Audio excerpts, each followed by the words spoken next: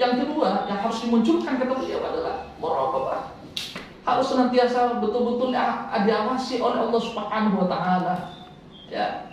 Sehingga apa? Sehingga kegiatan yang kita lakukan itu akan menimbulkan itqan. Itqan apa? Profesional. Ya, tidak salah. Yang kedua adalah ihsan. Melakukan yang terbaik di hadapan Allah Subhanahu wa taala. Ya, makanya ada ketika Rasulullah ditanya yang dikatakan ihsan itu apa? Oleh malaikat Jibril, beliau menyatakan anta'budallaha ka'annaka tarahu fa in lam takun tarahu fa innahu yarak. Yaitu bahwa artinya ingat Allah seakan-akan ada di depan Anda, ya. Seakan-akan. Kalau Anda nggak bisa melihat, ingat Allah yang melihat Anda, gitu ya. Artinya apa? Kita senantiasa diawasi oleh Allah Subhanahu wa taala, apalagi di bulan suci Ramadan ini, ya. Subhanallah. Saya terenyuh ya, terus aja dengan cerita-cerita teman-teman, ya. Banyak berbagai macam kegiatan kebaikan ini sudah luar biasa. Artinya apa? Menebarkan kebaikan itu adalah awal akan disukseskan di masa depan. Itu sudah jelas. Karena apa? Karena senantiasa didoakan oleh para malaikat. Ya, didoakan oleh para malaikat. Memang ada dua ya. Cukup nggak ya? Nanti semakin lama ya. 5 menit lagi sebelum kita ke karena begini sesi dialog dan jawab. Karena begini ya. Terus aja ada dua hal yang perlu kita perhatikan. Kata Allah itu, kata Rasulullah itu ya. Jadilah orang di dunia ini, bahasa kerennya itu tanggung. Nah, bahasa kerennya aja apa bahasa tanggung itu ya. Ya, jangan kalau mau jadi orang baik, ya jadi baik sekalian. Kalau jadi orang jahat, jadi orang jahat sekalian. Ini benar. Kenapa? Karena dua-duanya ada efek. Dua-duanya ada efek. Kalau menjadi orang yang baik, jangan tanggung tadi itu ya. Betul-betul paripurna. Nanti dia akan menjadi orang yang akan didambakan oleh Allah Subhanahu wa taala di surganya. Yang kedua, jadilah orang jahat sekalian. Jangan tanggung gitu ya. Sekalian jadi jahat. Kenapa? Nanti dia akan disegani oleh masyarakatnya. Benar, ini hadisnya sahih. Dan segala peraturan apapun di daerah itu, dia juga akan ikut mempengaruhi. Terbukti tak kira-kira ya? Hadis ini, ya, sahih, ya, hadis sahih. Makanya kata Rasulullah itu ada 5 hal yang tidak usah disebut nanti, panjang lagi nanti itu sebutkan ya. Tapi cuma ini tadi, ayolah bulan suci Ramadan ini adalah merupakan tempat untuk menempa diri menjadi orang yang terbaik di hadapan Allah. Jangan sampai menjadi orang yang paling jahat di hadapan Allah Subhanahu wa taala itu ya. Yang berikutnya adalah yang perlu kita tumbuhkan dalam diri kita ini adalah muhasabah. Senantiasa mengevaluasi diri. Makanya sebuah kegiatan yang dilakukan oleh teman-teman kantor pasti ada evaluasinya. Apalagi kita beribadah kepada Allah Subhanahu wa taala. Ya. Kalau orang cuma beribadah tanpa evaluasi, dia akan melakukannya asal-asalan. Ya, dia akan melakukannya sekedar melepas tanggung jawab atau melepas kewajiban. Dan dia tidak punya visi dan misi ke depan. Bahwasanya beribadah itu dalam rangka meraih kesuksesan di masa depan. Yang terakhir barangkali, yang bukan yang terakhir, mu'aqabah itu ya. Harus senantiasa kita menyangsi diri kita atau sanksi edukatif maksudnya. Misalnya begini, kalau tadi malam tidak sholat tarawih, naudzubillah, insya Allah sholat semua lah ya. Kita menyangsi diri, artinya mengasih hukuman pada diri kita dengan hukuman yang mendidik. Besoknya saya harus sholat duha penuh, dan sekaligus saya harus ngaji 10 juz misalnya. Nah gitu. Itu dalam rangka apa?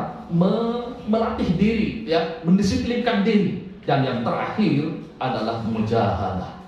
Harus bersungguh-sungguh meraih ridha Allah Subhanahu wa taala. Karena Allah Subhanahu wa taala menyatakan walladzina jahadu fina lanahdiyannahum subulana. Dan Allah dan orang-orang yang berada di jalan saya ini, di jalan kami, kata Allah, berada di jalur Allah, segala keruwetannya, segala kesusahannya, segala problem yang dihadapinya pasti akan diberikan jalan keluar oleh Allah Subhanahu wa taala kalau kita betul-betul bersungguh-sungguh di jalan Allah Subhanahu wa taala. Barangkali ini sekedar pengantar ya. Ya, karena dibatasi waktu juga masalahnya. Ya. Mudah-mudahan bisa ada sharing bersama. Nanti karena begini, kata Umar bin Khattab radhiyallahu anhu, man kafara kalamuhu kafarat khati'atuhu. Barang siapa yang banyak bicaranya, pasti dia banyak salahnya. Ya. Kalau orang yang sudah banyak salahnya, kata beliau, yang lebih pas adalah dia tindakan Allah Subhanahu Wa Taala. Mohon maaf, saya wajar juga jalan dengan gelap bahasa keren yang ngacapak gitu ya, merasa benar sendiri, nggak dikoreksi, alhamdulillah itu ya. Mudah-mudahan ada koreksi bersama. Kalau saya bisa, saya akan jawab. Kalau saya nggak bisa, tidak akan rekayasa untuk pura-pura bisa ya. Alhamdulillah ya. Wallahu a'lam bishawab. Betul. Terima kasih Pak Ustaz Syahoni. Alhamdulillah rekan-rekan sekalian, kita sudah mengurangi kurang lebih 45 menit penyampaian materi dari beliau. Ya, kurang lebih 45 menit materi yang telah beliau sampaikan sangat menarik sekali, banyak sekali ilmu yang bisa kita ambil di sana. Pak Ustadz, ini ada sesi tanya jawab yang kebetulan memang kita kemas 15 menit terakhir itu sesi tanya jawab, baik via online, via live streamingnya Karang Taruna, ataupun via live yang hadir di aula mini Karang Taruna ini, Pak Ustadz. Pertanyaan pertama dari kawan-kawan yang ada di desa, yakni bagaimana hukumnya berpuasa tapi tidak sholat tarawih, apakah puasanya sah? Ya. Itu yang pertama, Ustaz. Ini harus kita sampaikan karena memang sudah menjadi pertanyaan dari kawan-kawan. Yang kedua, pertanyaan kedua dari teman-teman yang live di FB. Ini di FB ya? Di FB. Ini pertanyaan dari kawan-kawan yang live di FB. Bagaimana hukumnya? Oh, ini dari cewek maksudnya. Bagaimana hukumnya jika ada cewek yang berpuasa pas kurang 10 menit mau buka puasa kedatangan tamu atau menstruasi, apakah puasanya lanjut atau batal, Pak Ustadz? Seperti itu. Cukup dua dulu, Pak Ustadz. Mungkin bisa dijawab lebih dahulu. Ya, terima kasih. Mudah-mudahan ini semuanya adalah berkaitan dengan fikih gitu ya. Padahal yang disampaikan tadi bukan fikih gitu ya, tapi nggak apa-apa. Baik, yang pertama, bagaimana ketika seseorang berpuasa tapi tidak tarawih gitu ya. Ibaratnya beginilah, kalau makan yang suka doyan sambel, ternyata makannya tidak ada sambelnya, tapi dia doyan sebenarnya sambel itu. Kira-kira gimana ya makannya? Nikmat enggak kira-kira itu ya? Artinya begini, kurang nikmat. Artinya begini. Kalau berbicara masalah hukum fikihnya sah, tetap sah. Jangankan itu, naudzubillah min dzalik gitu ya. Sampai tidak ngaji, tidak apa gitu ya. Cuma ngambil yang wajib saja gitu ya. Ya sah gitu ya, insyaallah. Sah. Cuma itu tadi, makan yang doyan sambal tapi tanpa sambal kira-kira gitu ya. Ya, apalagi di bulan suci Ramadan ini, ingat, ketika bulan suci Ramadan ini, ayolah perbanyak kebaikan-kebaikan. Ya, terus sengaja saya terenyuh betul ya dengan cerita-cerita yang sudah dibuktikan oleh teman-teman Karang Taruna ini. Menanamkan berbagai macam kebaikan. Ayolah, sekecil apapun kebaikan itu. Makanya kata Rasulullah, la tahkiranna minal ma'rufi syai'an walau an talqa akhaka bi wajhin talqin. Apalagi udah suci Ramadan ini. Janganlah kalian meremehkan kebaikan, sekecil apapun kebaikan itu. Meskipun Anda bertemu dengan temanmu cuma senyum saja, itu sudah merupakan suatu kebaikan. Apalagi ya sholat tarawih itu subhanallah. Gini aja, kalau saran saya, gak usah sholat tarawih nggak apa-apa, tapi sholat tahajud aja. Nah, ya. Jangan kalau tarawih itu kan setelah isya, sholat tahajud sebelum sahur. Kan? Iya, subhanallah ya. Kira-kira begitu ya. Yang kedua, gimana seorang cewek? Wah, ini masalahnya moderatornya ini belum punya masalahnya itu. Jadi itu cuma teori aja ya. Tapi kalau saya sudah paham itu masalahnya ya, sudah paham. Cuma sayangnya cuma satu istrinya mesti. Nah, ya kalau ditanya mencari lagi sih, mudah-mudahan ada yang mau nggak apa-apa. Ya enggak, ini bogor aja nanti protes nanti. Enggak, ya.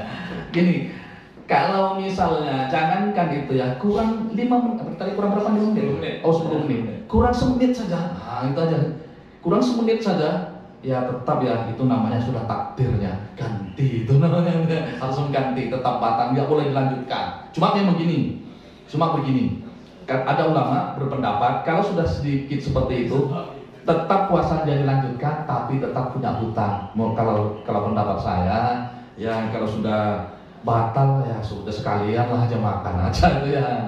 Tapi ini sekali lagi ada pendapat ulama seperti itu ya. Tapi jangan tidak mengurangi rasa hormat kepada ulama yang berpendapat. Artinya beliau berpendapat seperti itu kalau sudah tinggal sedikit gitu ya. Tapi tetap punya utang ya. Kira-kira begitu ya. Ya baik. Terima kasih Pak Ustaz. Ini ada pertanyaan lagi Pak Ustaz dari rekan-rekan. Kebetulan ini mungkin profesinya sebagai supir Pak Ustaz. Ya. Bagaimana cara kita berpuasa kan aktivitas kita itu sebagai supir seperti itu. Ya. Ya baik, terima kasih. Sekali lagi ini adalah fikih gitu ya. Kalau berbicara masalah fikih harus siap untuk beda pendapat. Itu sekali lagi saya sampaikan. Kalau berbicara masalah fikih harus siap beda pendapat. Cuma begini, dalam fikih itu dibicarakan siapa saja yang bisa tidak berpuasa. Itu berapa? Termasuk adalah bekerja berat. Ya termasuk supir barangkali itu ya. Tapi kalau cuma supirnya ya pengaringan sampah insya Allah enggak lah ya. Nah, tapi kalau supir bis misalnya antar kota gitu ya, atau memang Sumenep Kamal misalnya gitu ya. Ya kira-kira begitu, itu bekerja berat gitu ya. Yang kedua adalah orang yang menyusui. Yang ketiga adalah orang hamil. Kemudian adalah orang sakit. Yang berikutnya adalah orang bepergian, musafir. Ya, itu yang diperbolehkan. Yang diperbolehkan tidak berpuasa. Cuma nanti persoalannya bagaimana akibatnya, bukan akibatnya, nanti setelahnya. Ya, ada dua pilihan. Ada yang menyatakan kalau supir ini kan tidak ada waktu jeda kan, ya kecuali supir panggilan. Nah, beda lagi ya. Nah, supir panggilan, kalau supir panggil harus dibedakan lah ya. Ini supir apa dulu? Kalau supirnya adalah supir panggilan, misalnya cuma sekali-kali bepergian, berarti dia harus mengganti setelah Ramadan. Boleh tidak berpuasa. Tetapi yang kedua, kalau supir itu antar provinsi, misalnya bis dan seterusnya, ya, dia kapan menggantinya? Memang waktunya habis di jalan. Ya, ini fikih, sekali lagi ini fikih. Saya mengambil pendapat boleh tidak berpuasa, tapi bayar fidyah, bayar ganti. Berapa gantinya? Ini setiap tidak berpuasa di situ diganti kepada satu orang. Cuma persoalannya harganya, apakah boleh ngasih nasi? Boleh. Apakah boleh kasih mentahnya? Boleh. Tapi ukurannya, takarannya seberapa? Ini yang paling pokok. Memang setiap daerah itu beda-beda. Misalnya kalau kita makan, dan ulama bilang gini lagi, ada dua pendapat. Apakah ngasih makannya sekali atau dua kali karena buka dan sahur? Nah, ini pendapat lagi ini. Makanya beda ya, beda. Kalau mampu, orangnya mampu, supir misalnya, subhanallah tabungannya lumayan gitu ya, dia kasih 2 kali makan. Harganya berapa? Seperti kebiasaan dia makan, kebiasaannya. Tapi kalau nasi bebek di sini 18.000 kali 2. Nah, ya. Tapi kalau nggak mampu, tapi kalau bebek nggak mungkin tiap hari makan bebek kan? Ya, tiap hari makannya apa? Misalnya 15.000 lah ya, atau 10.000, ada nggak 10.000? Ada lah ya. Sama saya 10.000 lah biasanya. Cuma kalau mau nasi bebek nggak mungkin dapat, masa mana? Nasi beras.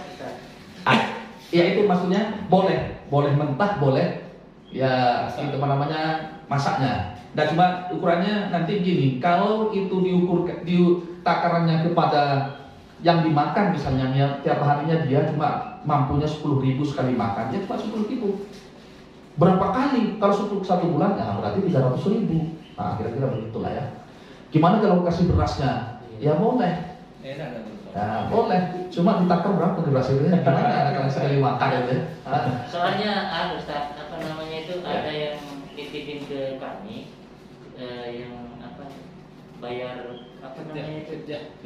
dia itu satu harinya itu ngasih 25.000. Oh subhanallah. Iya. Berarti dia orang mampu lah, lumayan. Amin. Tapi sekali lagi jangan dihukul rata ya. Khawatir nanti orang sudah nggak mampu harus 25.000, susah itu nanti. Orangnya sendiri Ustaz ya. Oh ya subhanallah ya. Ya bagus lah berarti. Iya, 15 hari. Nah, nggak apa-apa. Artinya boleh, ya, intinya boleh. Kira-kira begitu ya. Tapi ingat sekali lagi, itu supirnya supir apa dulu gitu ya. Terus kalau cuma supirnya gunung baktean gitu ya. Sama Pengalengan tidak termasuk ada. Masuk lah ya. Ini mungkin konteksnya yang jauh-jauh Iya. antara provinsi. Artinya ini memang dia betul-betul tidak mampu lah itu ya. Tidak mampu. Yang Madura Jakarta, Madura Jawa Tengah. Ya, kira-kira. Khawatir kalau memang tetap berpuasa dalam kondisi tidak konsentrasi, mungkin bisa membahayakan juga. Ya, Jadi kawan-kawan sekalian ini yang bertanya, tolong dibedakan. Hingga konteksnya ini supir antar kabupaten, Madura pun juga mungkin tidak begitu berat. Tergantung fisiknya. Tidak termasuk yang berat ya. Kalau sudah antar provinsi ke Jawa Bali, ke Madura, ke Bali, ke Jawa Tengah, ke Kalimantan, ke Sumatera itu memang sudah termasuk yang berat seperti itu. Karena ada jarak, jarak yang juga menjadi perhitungan begitu. Ya, kalau jarak sebenarnya tidak kalau bab ini ya, yang ada perhitungan jarak itu adalah sholat. Ya, sholat. Ya memang ada juga sih perhitungan musafir itu, kalangan musafir nanti itu ya, musafir. Nah ini kan berkaitan dengan profesi pekerjaan. Ya. Contoh sederhananya beginilah, kalau bukan supir ya, apa kuli gitu ya. Kuli bangunan. Kalau kuli bangunan agak anu lagi. Ya kuli di pasar panggul itu. Oh, kuli panggul pasar. Ya. Kalau kuli bangunan berat nggak ya kira-kira ya?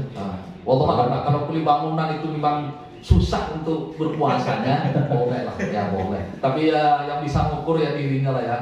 Iya sih. Jangan dibawa gampang maksudnya. Wallahualam bisa kira-kira. Ya, baik, terima kasih Pak Ustaz.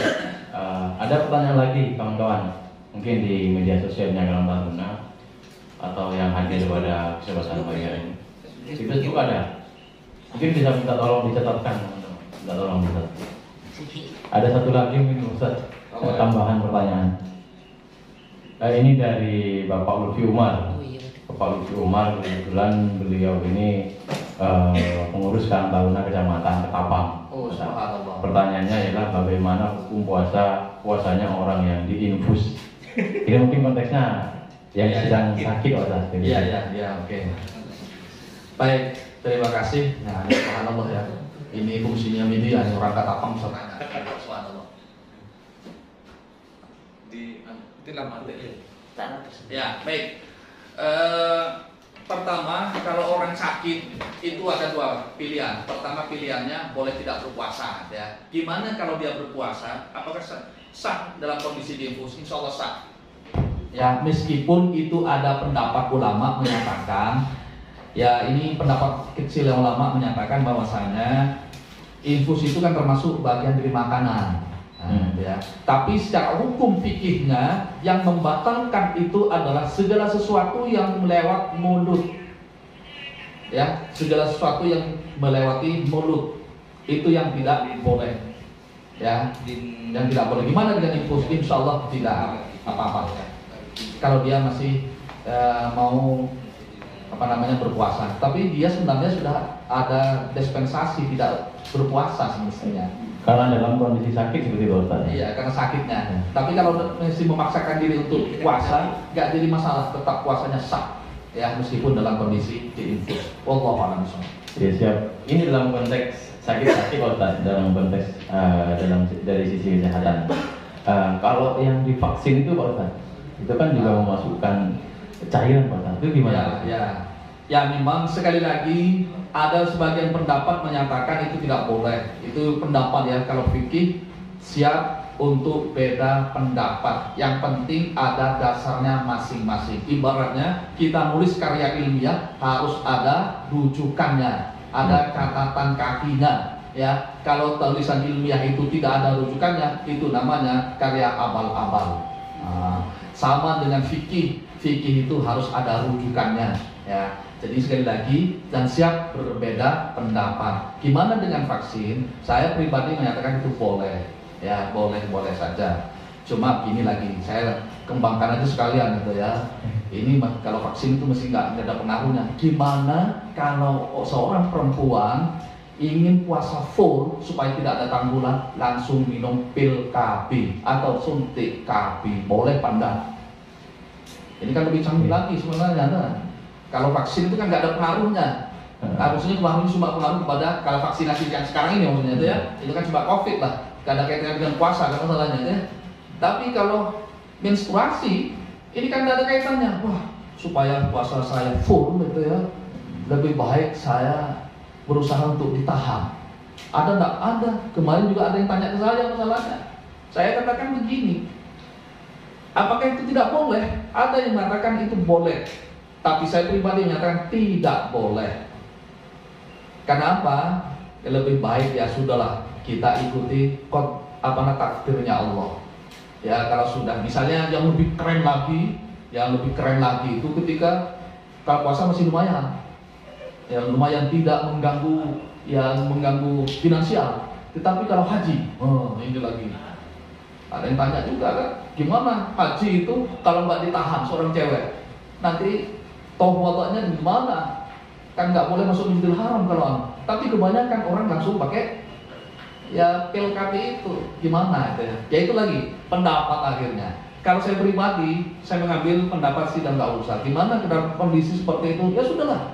Berarti itu sudah takdirnya. Ya takdirnya Allah mendatangkan ya minnya itu pada waktu kita beribadah. Ya sudah, insya Allah tidak akan mengurangi pahala baik puasa ataupun hajinya itu. Wallahu a'lam bishawab. Baik, terima kasih banyak Ustadz atas jawabannya. Begitu kira-kiranya Bapak Mufti Umar yang telah menyampaikan pertanyaan via live Facebook admin dalam Taruna Kabupaten Sampang. Sebelum kita tutup Ustadz, ini mungkin terakhir berkaitan dengan pertanyaan yang ingin disampaikan. Fenomena sekarang ini Ustadz mungkin 5 tahun terakhir, remaja-remaja kita, muda-mudi kita ini memang sedang digandrungi